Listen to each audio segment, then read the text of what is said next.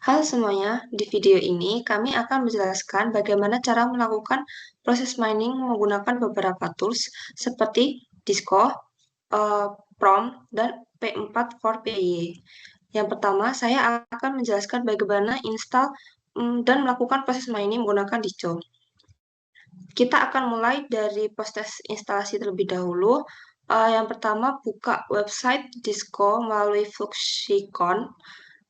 Lalu klik tombol download for Windows ini, lalu tunggu sampai proses download selesai. Setelah proses download selesai, kita lihat ke folder download, lalu ekstrak,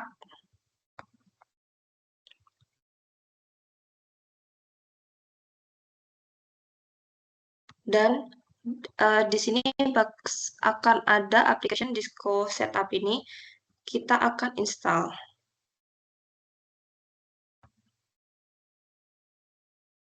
Di next, pilih install location, install, lalu finish.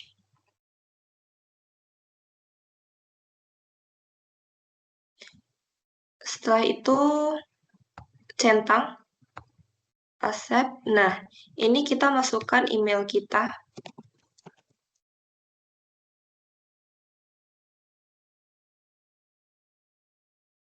Lalu cek email kalian. Lalu setelah itu masukkan registration key yang sudah dikirimkan melalui email.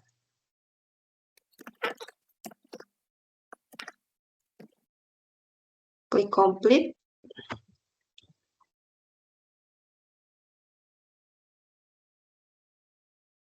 Terus oke. Setelah proses registrasi selesai, kita akan masuk ke halaman utama dari Disco ini.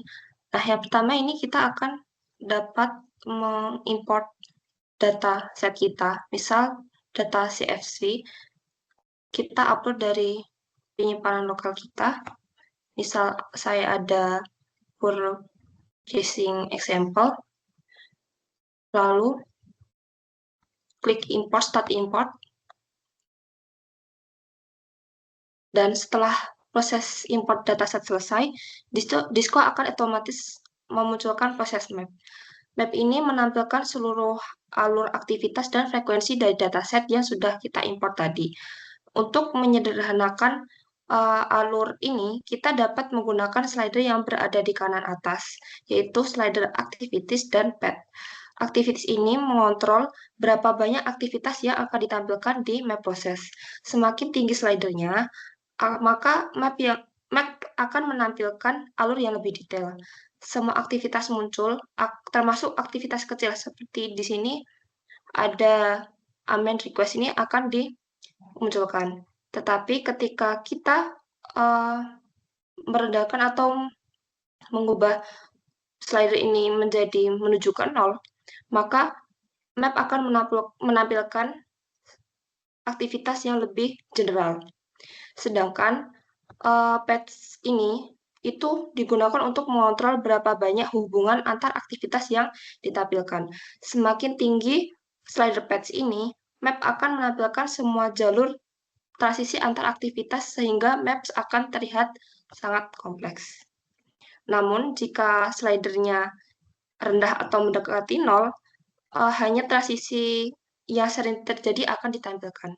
Mungkin kita akan menggunakan slider yang rendah terlebih dahulu untuk memahami alur utama, lalu bisa dinaikkan secara perlahan untuk eksplorasi lebih lanjut. Selanjutnya kita ke tab statistik. Di sisi kiri, kita dapat melihat beberapa bagian utama, ada overview, untuk melihat statistik global, ada activity untuk menganalisis aktivitas satu persatu, dan ada resource untuk melihat statistik berdasarkan aktor atau resource.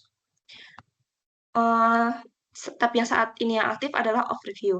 Jadi semua data yang ditampilkan bersifat menyeluruh dan mencakup seluruh log proses. Di bagian tengah ini ada grafik yang berwarna biru yang menunjukkan jumlah event waktu-waktu. Sumbu horizontalnya ini menunjukkan log timeline, dan sedangkan sumbu vertikalnya ini menunjukkan jumlah event yang terjadi pada rentang waktu tertentu.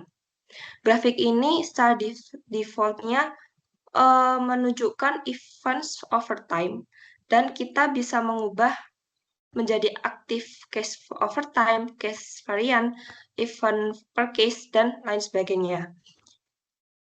Selanjutnya di sisi kanan ini ada informasi berapa jumlah events, berapa jumlah casesnya, aktivitasnya, dan sampai data set start sampai end-nya itu berapa. Berikutnya di bagian bawahnya ada case table. Ini setiap baris ini mewakili satu proses dengan beberapa kolom informasi seperti case ID, events, varian, started, finished, duration.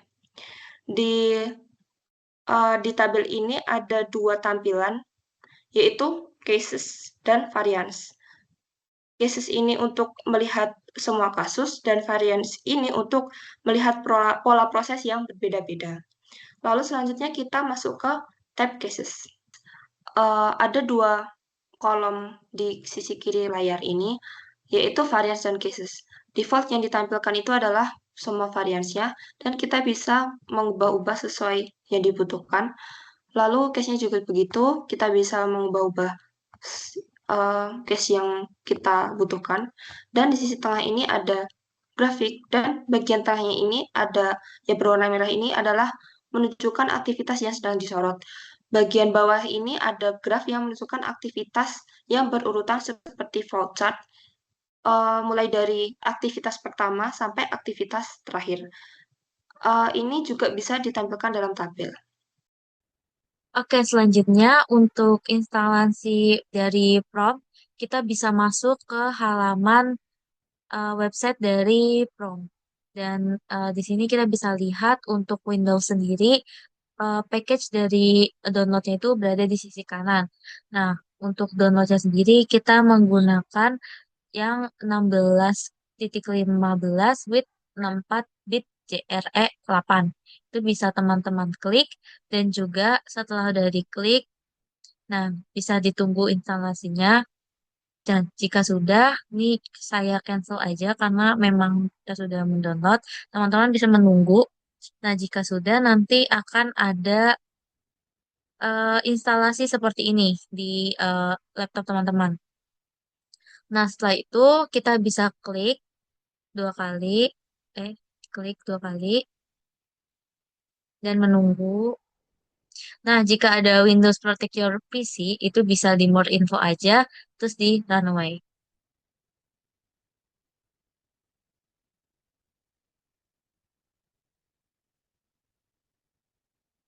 Oke, nanti jika muncul seperti ini, tinggal diklik yes.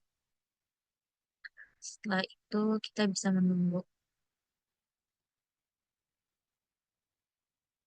Oke, nah jika sudah, teman-teman bisa langsung next.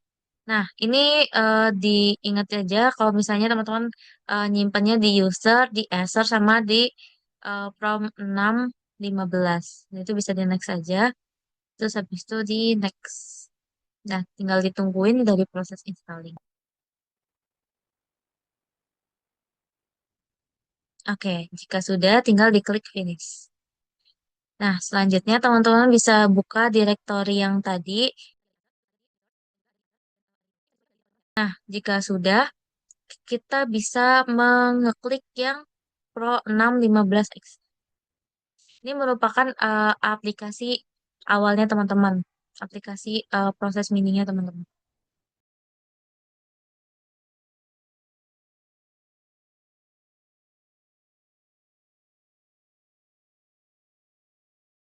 Dan udah selesai menunggu instalannya, teman-teman bisa masuk lagi ke aplikasi utama dan nanti teman-teman bisa mengimport data yang sudah teman-teman punya. Nah, ketika sudah muncul hijau seperti ini, kemudian kita tekan seperti icon play. Di sini kita tekan, kemudian sini akan kembali yang di layar hijau, lalu kita start. Nah, di sini seperti preview dari data-data yang dari CSV tadi.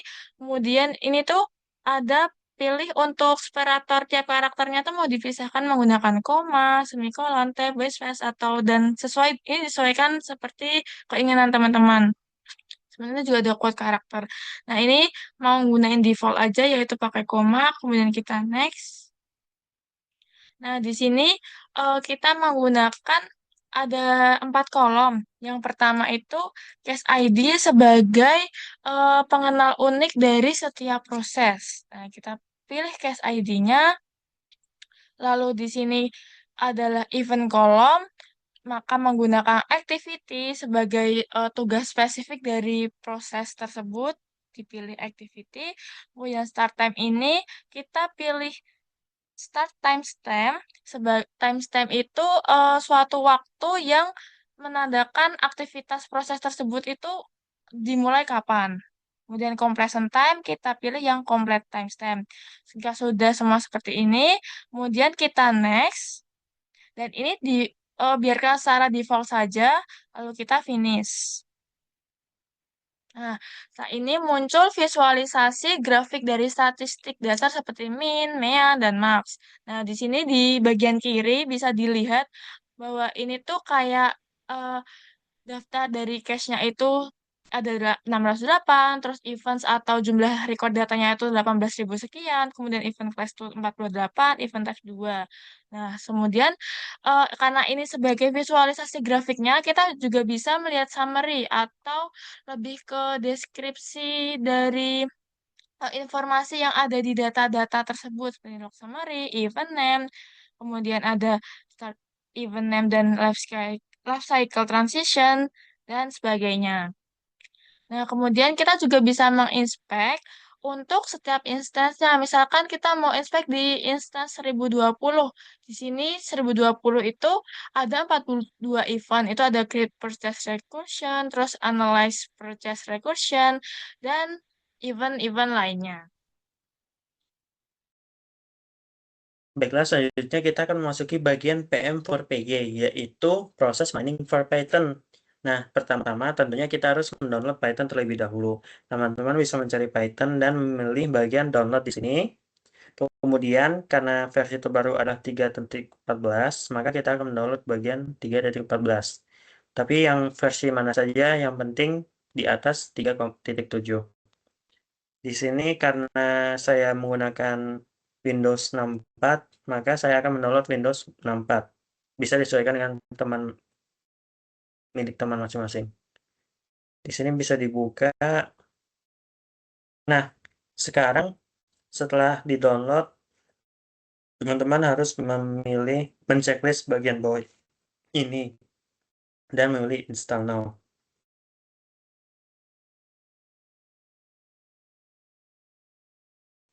Nah, sekarang setup sudah sukses, bisa di-close saja. Sekarang teman-teman bisa masuk ke CMD untuk mengecek versi dari Python. Nah, di sini bisa diketik py min 3 versi yang kita download, min version. Nah, sekarang sudah terdownload. Habis itu kita juga akan mengecek apakah PIP sudah di-download juga. PIP min version.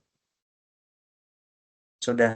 Jadi PIP ini sendiri yaitu Package Installer for Python, merupakan sistem manajemen paket standar untuk mengunduh dan memperbarui paket-paket library dari Python seperti Pandas dan npm4py yang akan kita gunakan nanti. Nah, sekarang kita download terlebih dahulu si pm4py, yaitu dengan pip install pm4py.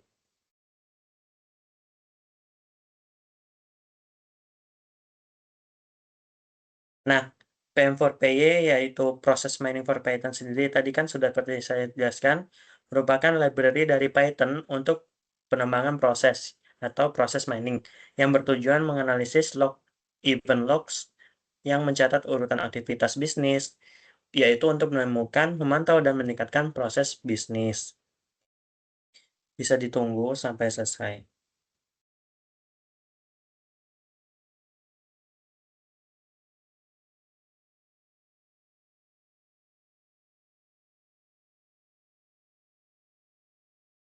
Nah, sekarang proses pendownloadan dari PM44PY sudah selesai. Nah, untuk mengecek apakah benar-benar sudah tersimpan di Windows, maka kita akan menggunakan perintah pip shows PM4PY. Sudah ada yaitu versi 27.11.1 dan kita juga harus ngecek Pandas.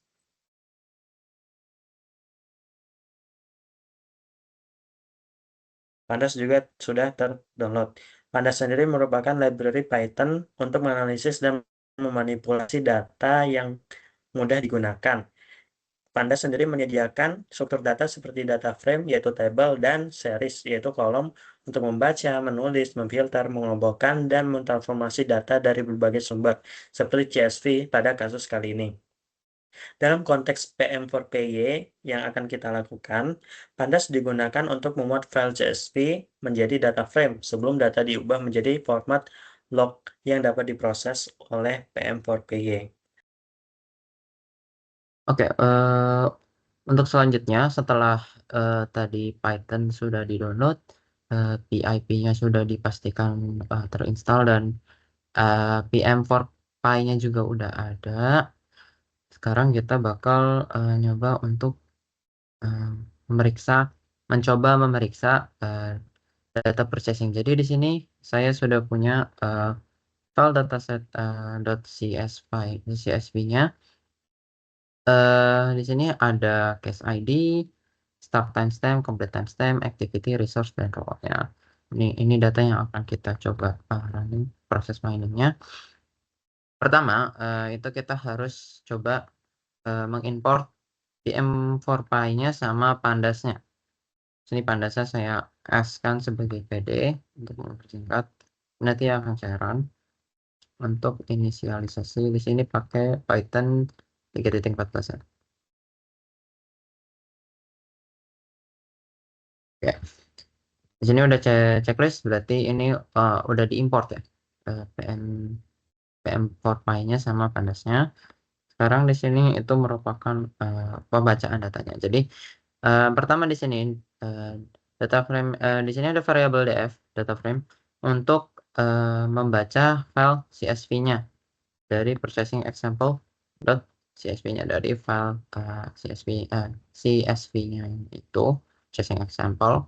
Kemudian nanti kita akan definisikan mapping sesuai map PM4PY-nya. Sini kita renamekan kolomnya sebagai case ID, activity, dan kita ambil timestamp-nya itu yaitu start timestamp-nya. Kemudian setelah itu kita convert df-nya tadi menjadi event log untuk nanti kita hitung number of cases-nya. Dikonvertkan dengan ini log converter.apply ke data frame-nya.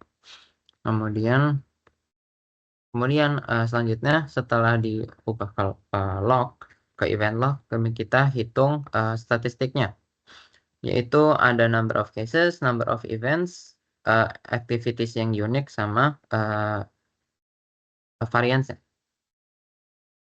Untuk number of cases kita itu ambil dari length dari event lognya. Untuk eventsnya itu kita ambil dari length of data frame-nya. Di sini length log untuk cases dan length df untuk eventsnya. Kemudian di sini ada variabel x itu sebagai activities. Kita ambil berapa activities yang unik, di sini .unique dari data frame. Konsep name ini itu dari activities. Jadi activities yang unik. Kemudian kita hitung ada berapa activities yang unik tersebut dengan panjang length dari array si x-nya. Kemudian untuk menghitung varian, di sini ada variabel vars yang kita ambil get varian dari menggunakan varian extractor dari lognya ya. Kemudian setelah diekstrak nanti dapat array vars yang isinya itu sebuah varian. Untuk menghitung number of variance berarti kita ambil length-nya, length dari vars. Kemudian di sini kami sort